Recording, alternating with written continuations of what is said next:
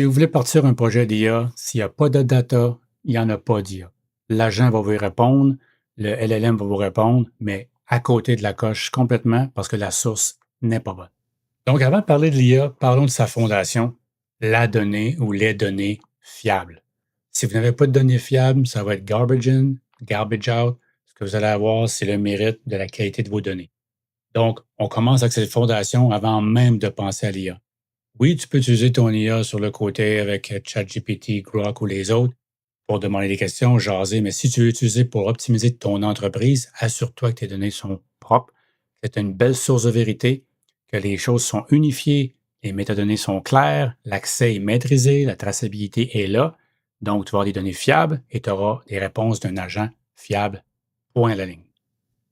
Donc, ici, ce que je vais faire, c'est que je vais vous montrer en 5 étapes comment faire pour préparer ces données avant de commencer à attacher un agent IA à votre entreprise. Étape numéro 1, c'est de centraliser toutes vos données au même endroit. Ça ne veut pas dire dans le même dossier. Il y a une structure, une architecture à suivre. Mais si vous avez des choses sur Google Drive, sur SharePoint, sur votre ordinateur, les ordinateurs de vos employés, sur l'info nuagique à quelque part, il faut les ramener de façon structurée au bon endroit. Deuxième étape, pour augmenter la qualité, qu'est-ce qu'il faut faire? Il faut nettoyer, il faut enlever ce qui est du bruit, dans le sens que des choses qui sont inutiles. Il faut s'assurer d'enlever les doublons, enlever ce qui ne sert à rien, puis, d'une certaine façon aussi, les renommer. Ça peut être beaucoup d'ouvrages, mais l'IA peut aider à faire ça aussi, avant même de mettre un agent IA pour les lire, mais d'une façon structurée, il y a des outils qui se vendent pour ça aussi, puis les mettre d'une façon claire, nette et précise, un genre client, produit, projet, parce que présentement, je suis convaincu que certains d'entre vous où vos employés, les données sont un peu partout, il faut les ramener à un endroit qu'on va appeler la source de vérité, avec une belle architecture solide, une belle nomenclature. Le troisième, structurer avec métadonnées.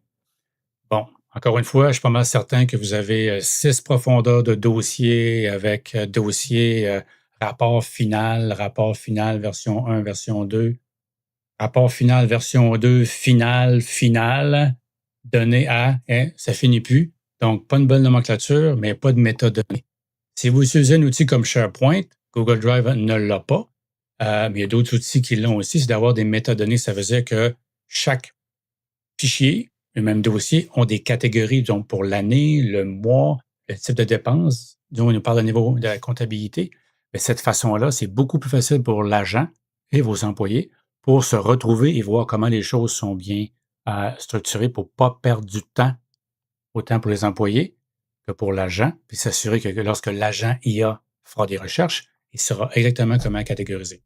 Oui, il peut catégoriser, mais pensez pas que l'IA, c'est magique dans tous les cas. Il peut halluciner, comme vous le savez, et si les données ne sont pas fiables, les réponses ne seront pas non plus.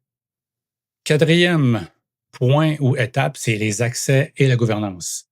Assurez-vous qu'un coup, vous avez votre source de vérité, vous avez tout ramassé au même endroit. Après ça, vous avez nettoyé, vous avez ajouté les méthodes données pour bien structurer, bien catégoriser les choses. Maintenant, c'est qui a accès ou quoi dans cette belle architecture-là pour s'assurer que c'est pas n'importe qui peut accéder à des choses de finance, comptabilité ou de conseil d'administration, autant qu'on ne veut pas que certaines personnes aillent jouer dans les fichiers de l'équipe de marketing, communication, puis changer les designs, changer le texte.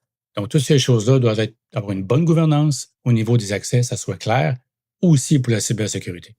Un coup que vous avez fait ces 4 étapes-là, là, c'est le moment d'attacher l'IA, de bien configurer votre agent IA avec les bons énoncés, les bons documents, toute la structure et le tester pour s'assurer qu'il va fonctionner comme il faut et que vous n'avez pas d'hallucinations, vous n'avez pas de mauvaises réponses. Même les grands LLM de ce monde hallucinent et sortent des réponses qui sont inappropriées. Donc, testez le vôtre comme il faut. De cette façon-là, vous allez avoir l'intelligence d'affaires, c'est ça que vous voulez. Vous pouvez avoir un avatar qui peut jaser et répondre aux questions de vos clients directement. Ça peut éviter beaucoup de support. Mais avant tout, qu'est-ce qu'il faut faire? Il faut vraiment passer à travers ces 5 étapes-là. Peut-être rapidement parler de 3 façons de pouvoir se brancher. Disons la première avec Copilot pour Microsoft 365. Si vous avez un plan qui l'a déjà, parce qu'ils ont amélioré le plan, Déjà là, vous pouvez aider à bien utiliser les données qui sont déjà en place pour bâtir des blogs, des textes, des rapports, des propositions, clairement avec l'information d'un client, exemple, qui est bien structuré. Si vous voulez aller un peu plus loin, il y a Copilot Studio avec Microsoft qui lui permet vraiment de développer un vrai agent qui, lui, va vraiment aller faire des choses spécifiques, va être configuré, amélioré.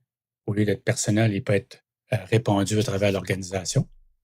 Et aussi du côté de Google Workspace, il y a Gemini qui peut vraiment aller chercher des choses dans votre Google Drive. Et il y en a d'autres aussi qui peuvent se connecter très, très bien avec Google pour pouvoir faire des agents très clairs qui peuvent vraiment, vraiment aider votre entreprise. Donc, plusieurs options s'offrent à nous. Maintenant, c'est plus facile de connecter les outils ensemble. Mais pour revenir au sujet principal, assurez-vous de suivre les 5 étapes ou les 4 étapes avant de connecter un outil d'intelligence artificielle et le tester pour vous assurer que vous avez des bons résultats. Bonne chance avec votre projet. On se revoit bientôt.